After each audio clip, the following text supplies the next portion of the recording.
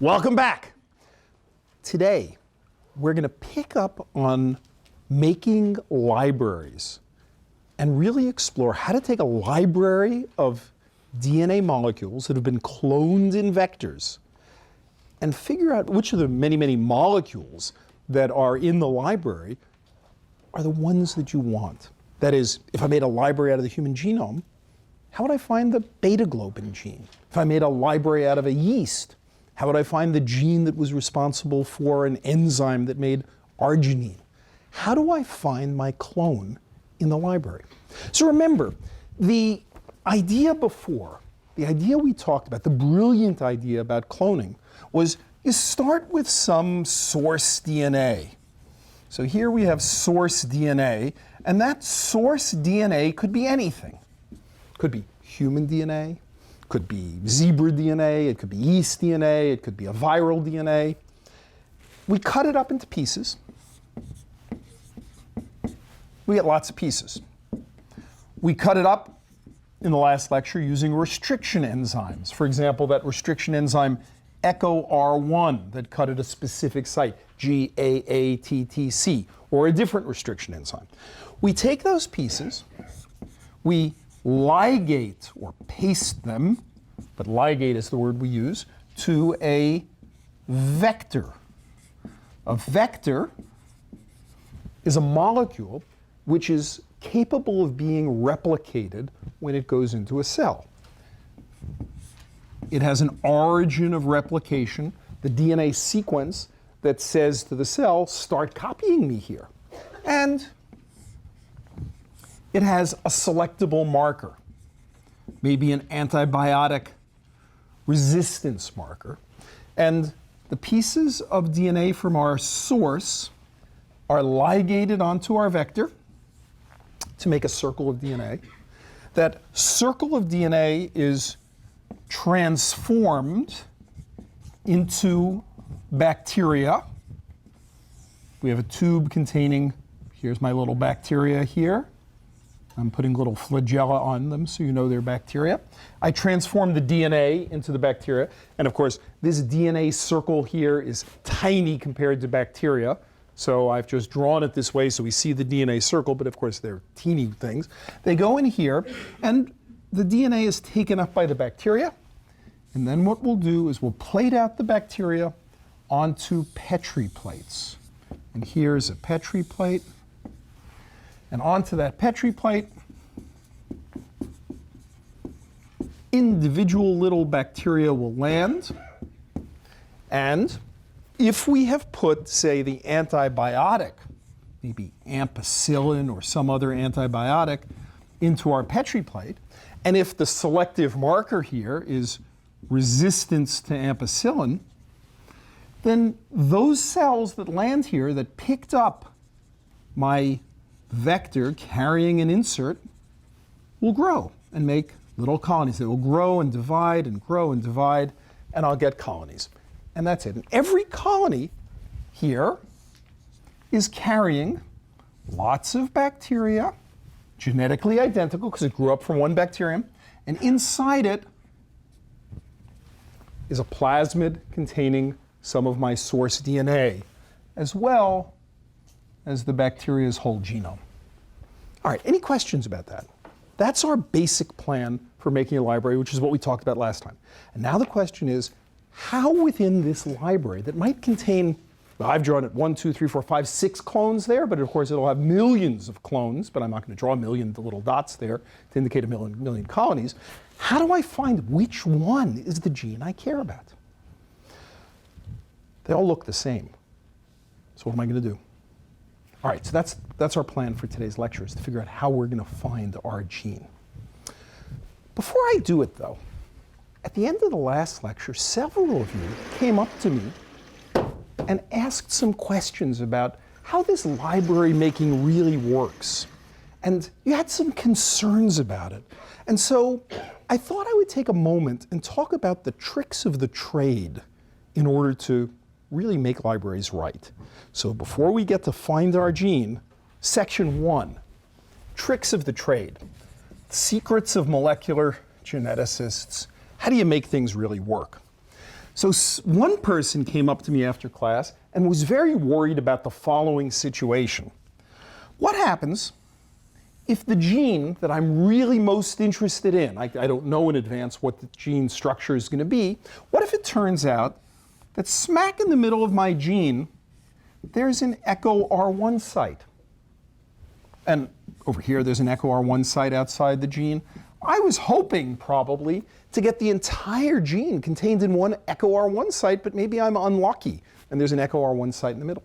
And if I cut the DNA up into pieces with echo R1, I'm never going to get the whole gene there. That bothered at least one person, and I think maybe two people at the end of the last lecture. We have tricks for that, or as they say, we have an app for that. The app for that. Suppose you don't add so much restriction enzyme so that it only cuts every other site. We don't let it complete the reaction. We don't let it go to completion. You add a limiting amount of restriction enzyme, then maybe you only get every other site or every third site, and we can actually titrate that. There's actually a kind of cute trick based on what we learned last time. It's even better. Suppose I were to add the restriction enzyme together with the methylating enzyme and let them race against each other. If the restriction enzyme gets there first, it cuts. If the methylating enzyme gets there first, it protects. And by setting the ratio of cutting and protecting, I can arrange to cut at every site, every other site, every third site. Not exactly, but on average, I can do that. So if I want to make bigger fragments, littler fragments, not a problem. So if you were worried about that, relax. I can do partial digestion, or I can do restriction methylation competition. Now the goal isn't that you memorize all the tricks of the trade. The goal is to know that there's a whole bunch of tricks of the trade here. Now, there was another thing that someone came up to me after class and was very worried about, with good reason. And that is, suppose I have my vector that has an origin of replication, and it has a selectable marker, ampicillin resistance, and I want it to ligate with an insert piece of DNA, a piece of my source DNA. I'd like that. But what happens if no source DNA finds it? Couldn't this vector just ligate to itself? Origin, ampicillin resistance, and won't that go into a cell and transform the cell and make it ampicillin resistant and thumb its nose at you and say, I don't have any insert, but I'm able to go into the cell anyway? And won't my library consist mostly of empty vectors? That's a problem, isn't it? Should be a problem, right? You should be pretty worried about that. Is it more likely that the molecule's two ends are going to find each other wandering around in space and religate than that a piece of source DNA will attach? You bet. Those two ends are very close to each other in space. If they're just randomly diffusing around, they're likely to find each other, and ligase will just close up that circle. Doesn't that mess up our whole scheme? We have to prevent the circle from reclosing. So, tricks of the trade. Let's look closely at that circle. It's a double-stranded piece of DNA, and at the 5' end, I have a phosphate. At the 3' end, I have a hydroxyl. I've got over here, a hydroxyl. Over here, I'm just drawing these balls here at the end to mark the ends, I've got a phosphate.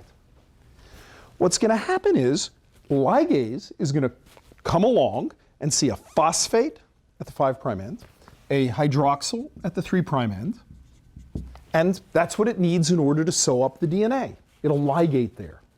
How can I prevent the circle from reclosing? I could add something to one of the ends, or I could remove something from one of the ends. What might I choose to remove? The phosphate. It needs that phosphate. No phosphate, no reclosure. So suppose I were to delete somehow the phosphate. Now, that can't be reclosed by ligase. Pretty cool. How do I remove phosphates? What enzyme might remove phosphates? How about phosphatase? Of course, right? That's what it always is. So I'm going to add an enzyme, phosphatase, that'll take the phosphate off. Now what I have is I have myself a molecule, and that molecule has no phosphates on it there.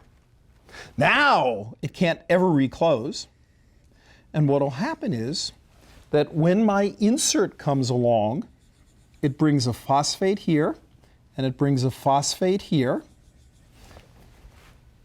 and the phosphates from the insert will be sufficient to allow ligase to close this up and ligase to close this up. Pretty cool. So without those phosphates, circle can't reclose. By the way, did this get reclosed over here? No, because I only brought me a phosphate and a phosphate here on the 5' ends. So I don't actually reclose. There's a little nick here that hasn't been reclosed by ligase. There's a little nick here that hasn't been reclosed by ligase. Does that matter? It does matter. That's going to have to get repaired. Who's going to repair that? Well, it turns out we're pretty lazy. That's good enough to toss in the cell because it's kind of closed up well enough. Just transform it into the cell. When it gets into the bacterial cell will say, oh, I have a nick in the DNA. And it'll use its own DNA repairing system to close up our nick for us. So we didn't have to do that part. As long as we get this one there and that one there, the fact that it's got a few nicks, tricks of the trade. Okay? That's how we prevent the reclosure. That's how we deal with the fact that we only actually covalently bound one of the two strands, is we leave it to the bacteria to go tidy that up for us. Cool tricks of the trade. There are more tricks of the trade. Again, the goal isn't to learn every trick of the trade. The goal is to know that there's a huge bag of tricks we own. Oh, here's one more trick of the trade. Suppose I really don't want to use all this restriction enzyme stuff at all.